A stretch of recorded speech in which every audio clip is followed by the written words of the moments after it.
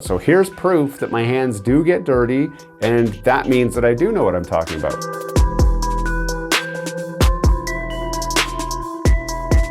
Hey, welcome back to GT Canada. Today we're doing a quick tutorial on how to troubleshoot your coil packs on your car and diagnose a misfire code.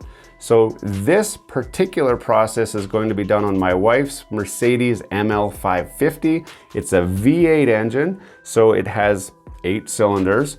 And this procedure can be done on any engine that is a gasoline engine. It will not work on a diesel engine. And if you don't understand the difference between diesel and gasoline, you'd have to look that up. I'm not going to explain it on this video.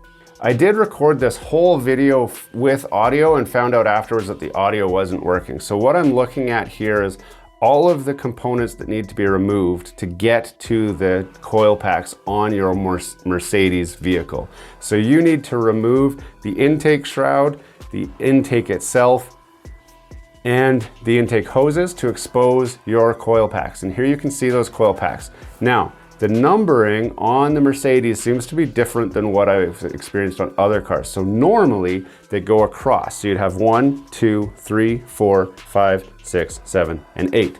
That puts all of the even cylinders on one side and the odd cylinders on the other side.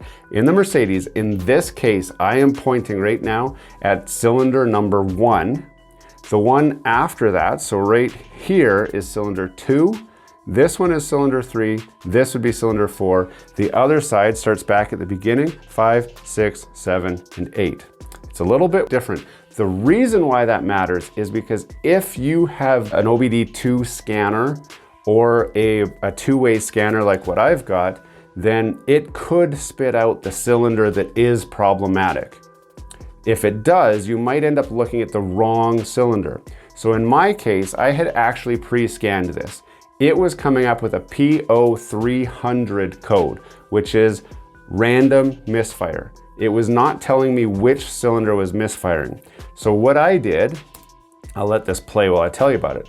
What I did was went to each coil pack and unplugged the coil pack while the engine was running in order to determine which coil pack was the faulty one.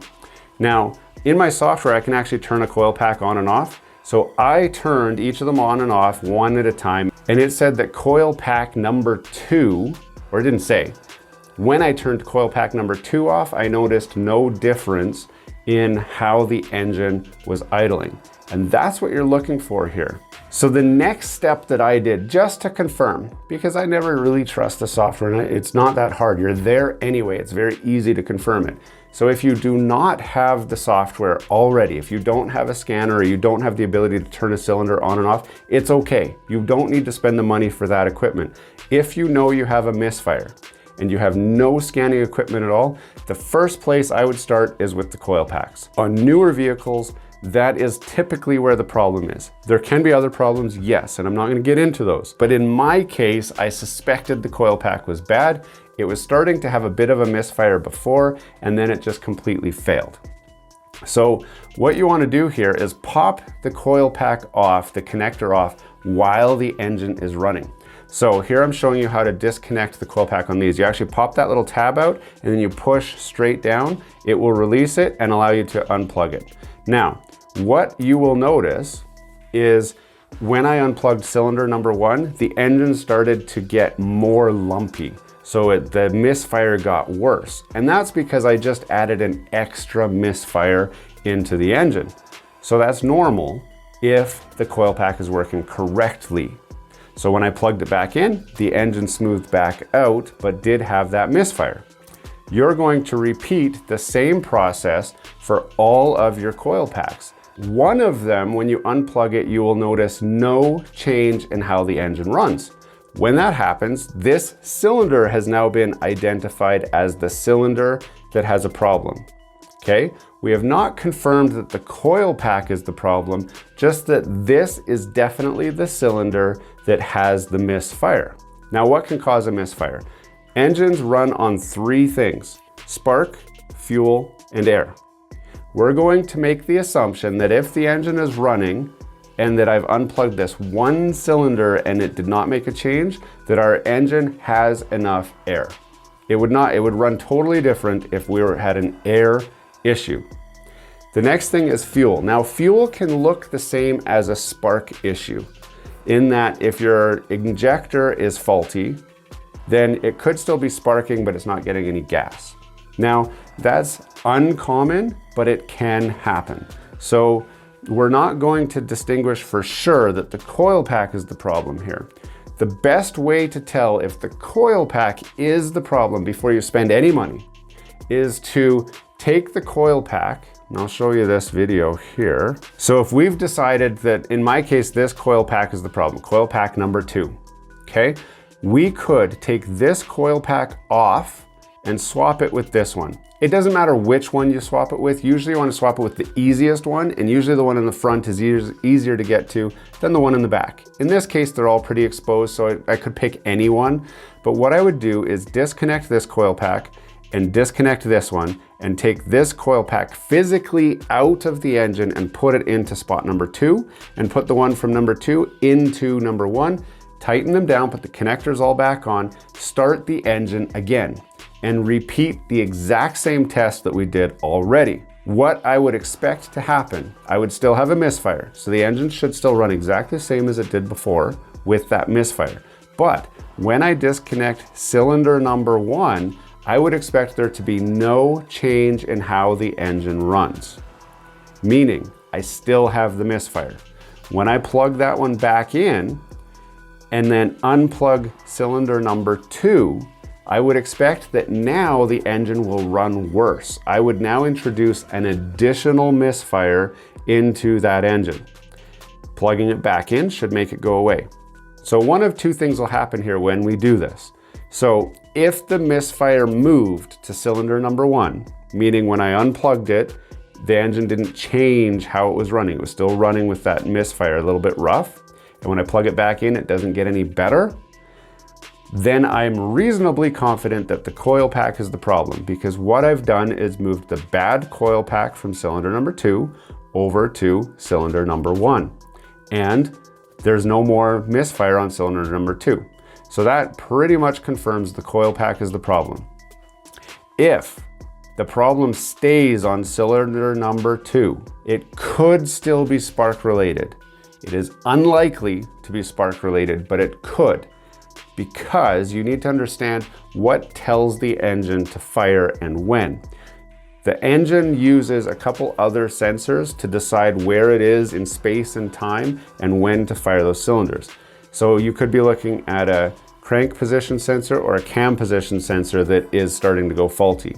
Typically, that will not show itself as a specific cylinder misfire though. It would be a random cylinder misfire, which is the code that I had, which is why I'm confirming with the coil pack that it is one specific cylinder and not all of them. If it travels with the coil pack's the problem. If it doesn't, I would start looking at my fueling. I would be looking at that injector to make sure that the injector is actually firing, and there's ways to test that, and I'm not showing that on this video. This video is focusing on the problem is definitely the coil pack.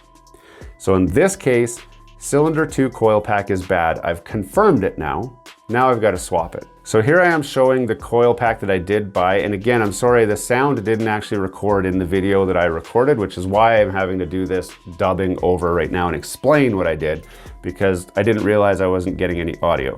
So I've confirmed that cylinder number 2 coil pack is bad, and I've got a new coil pack. So I'm going to disconnect it and swap it in. So here you can see the coil pack has been swapped. Now these coil packs are easy enough to swap. All you're doing is removing the little screw here, or the bolt here, and the bolt here. These are a Torx head screw. It's easy enough to swap. The word of advice here is you're going to be tempted to just pop it in the hole, plug it in, and try and start the engine without having these connectors actually properly installed. That would be a big mistake. And the reason is that the coil pack actually grounds out through these bolts. And if you don't have a bolt in there, you don't have a good path to ground for them. What they will do is use the ground in the wiring harness instead, which will send high currents through your engine computer. And when you do that, you can actually fry that computer. I have seen it on some Nissan models and Infiniti models. Most vehicles work with the same principles, so you run a very high risk of doing it on any car that you're doing this on, not just a Mercedes. So make sure that you take the extra couple seconds to put those bolts in, cinch them down, connect it up before you start it to test it. It's not a big deal to go back after and take it out if you need to, if that didn't fix it, or whatever, for whatever reason. Make sure that you've got it all the way in and tightened down before you start it. That is a tip, and you should heed that tip. You listen to that. Even if you don't think that I know what I'm doing, I do know enough about cars to know that. And that's really all there is to it. Now we just reassemble the engine the way that it came out. We put the intakes pieces all back on, make sure it's clipped on correctly. In your car, it's going to be different, of course. You might not have to take the whole top off. You might just have to gain access from the side. You might not have to take anything off. Some of them have them fully accessible. The one thing I did want to point out here, you'll notice that my hands are actually dirty. Now that might not be significant to any of you because you're used to getting your hands dirty, and of course your hands are going to get dirty when you do a job like this.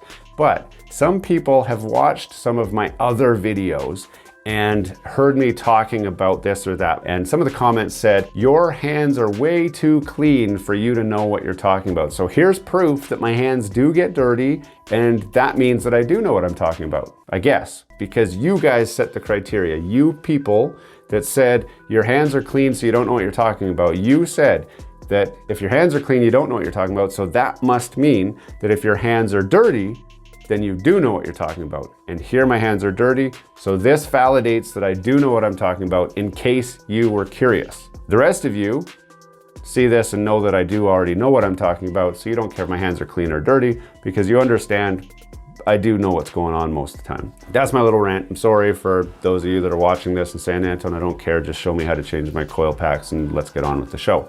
Great. I do appreciate you coming and checking out this video. I'd love to see you subscribe below so you can see all the other videos as they come out. We do have a lot of great videos in the technology space, the gaming space, and the automotive space, a wide variety of stuff. I hope that you'll enjoy all of those videos together. We've got some right here that you can check out while you wait for the next one to drop. We hope to see you again, but until next time, have a great day.